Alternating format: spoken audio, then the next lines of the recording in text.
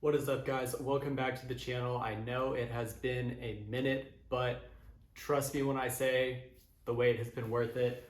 Today we're going to be talking about this pair of vintage Levi's. We're going to talk about the controversy around them. We're going to talk about what they are. And yeah, I'm just really excited to share this video with you guys because this is definitely one of my craziest pickups in a while. And I have been wanting a pair of these for a long time, and I was fortunate enough to pick them up in my size. So with all that being said, we're gonna get into the video. All right, so I feel like the most logical place to start here is going to be with the story of these jeans and the controversy behind these jeans, because I know that there's probably gonna be some controversy after I post this video. So we're gonna rewind a little bit to last September. I haven't decided what I'm gonna name this video yet, but it's probably gonna be something along the lines of, were these jeans sold at Durango Vintage Festivus, LVC? And I'll explain to you guys why I believe that they are. But yeah, anyway, so last September, Durango Vintage Festivus, the fourth highest selling item. One of the items that, from what I saw on the internet and people like sharing, talking about them, people believe these are like one of the craziest pairs outside of the top three. This is the number 4, but the top 3 were like the 1890s Levi's, a pair of like Lee Cowboys, and like a scrap of like 1880s Levi's or something like that. I don't remember off the top of my head.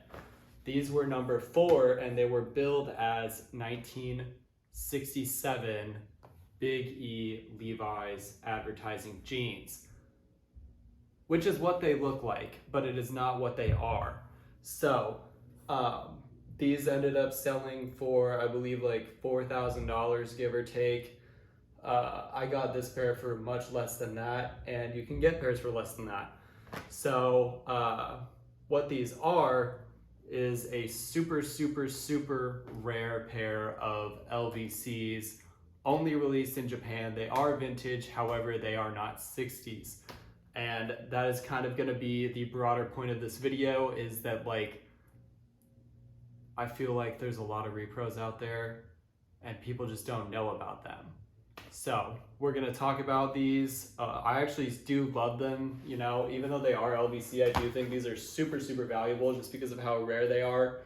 But I do think that they are what you would call too good to be true, because I don't think they really would have made something like this back in the day.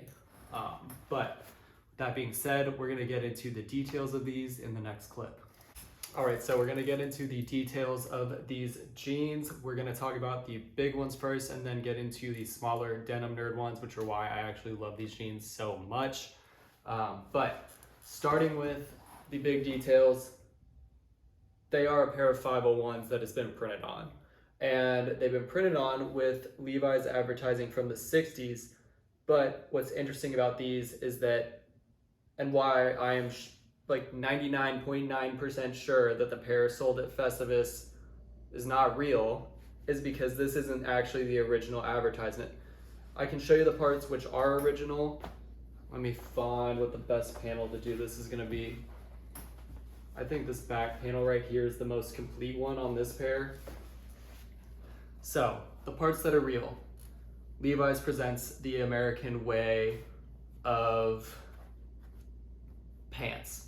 So this entire top part is correct. This graphic right here is correct with the guy standing. And then the star-spangled stock press styles, that is correct. This Great Society part, if you guys know history, that would have been like LBJ. That is correct, I believe. And then a plurality of brand new colors, that is also correct off the top of my head. Those are the parts that were on the original advertisement that this is based off of. Fall 1967, fall 1967. Those were very different on the actual pairs. And if you look at the pair sold at Durango, it has these, the fall 67 ones, but not the original ones. So that's like reason number 1 why I feel that the pair sold at Durango is a pair of these LVCs. So yeah, that's what the advertisement says. There's somebody who has a pair for sale on Instagram. I will link that post so you guys can look through the details. They have the poster print on there as well. So yeah, I will link that down below. I'll link their account down below. But so you guys can get a better idea than what I'm showing from the video. But that is the first thing. That's what the advertisement says. The second part about these is they are on the 1966 model of Levi's 501. So they are Big E, which I'll show you the tab. That you can see they are Big E, and honestly the tab is pretty 1-to-1. And then there's selvage, of course. And the interesting thing about these is they got the color on that selvage dead on if you compare to an actual pair. And they're also, you can see that they printed on the selvage as well. All of this is like thick screen print, so like it kind of fades away. It has been pre-faded. All the pairs that I've seen have all been faded the exact same way. So this pair is like new old stock too. Like these are pretty stiff and it's still been faded that way. So yeah, they've been like pre-aged already. Then the next detail I will show you guys is they got it down to the rainbow stitch. So there's some copper, there's some lemon thread, there's the V stitch right there. Can't see the button stamp, but I believe on these it would be J22 because these are made in Japan. Have the little pocket stitch. Like these are super, super close to an actual pair of Biggies. I have a pair of this model, which I guess I could show you guys, and like the details are super, super close. I honestly I might go grab that pair to show you guys real quick, but they also have the rainbow stitch on the belt loops. They have the rainbow stitch on the crotch bar tack right there. And then one of the biggest telltale signs that these are a pair of LVCs for me personally is going to be on this back patch right here. So they are all worn in the exact same way, but the way you're going to be able to tell that these are LVC pretty easily is going to be this print right here, this 501 print. It just looks off. If you've had a real pair of Biggies, it just looks off because it's too big. It's got the 2 name tag, which I think is a nice touch. It's got the 501 and the 501XX. I think that's a really nice touch actually, but that 501 is just too big. That is not how it looks like on an authentic pair of Big E's from the 60s. And also every single pair, the back patch is worn in the exact same way. But I do think overall it's super close. I will say on my actual pair of Big E's, this is a little bit more glossy. But yeah, so there's that. Then I'm trying to think of if there's any more details. The fit on these is super good. They fit like exactly the same. Like they really did their homework on these. You can tell, you can look at the denim, how it's aged. They're super good. Oh, the interior tag. That's gonna be the last part. Now, I would assume that the pair sold at Durango does not have this interior tag, but if it did, that would be interesting. But the interior tag is what dates these. They are vintage. You can see 0802, that is the date code that these were produced. So August 2002, they are a 21-year-old pair of jeans. And yeah, that is the lowdown on these, I guess. I'm trying to think of, there's gotta be more I could say about these.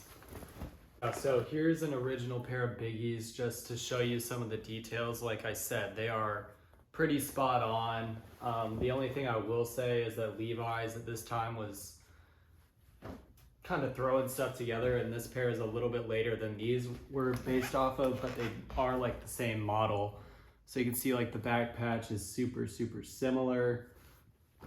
You can see the Biggie tab, they did a really good job on that compared to the original. Like that's almost 1-to-1 right there. I don't know if you guys are gonna be able to see it through my thumb, but yeah.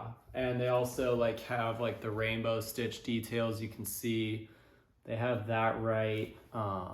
This pair has a lot more copper thread because they're a little bit later. These are like super close to not even being biggies, but they are.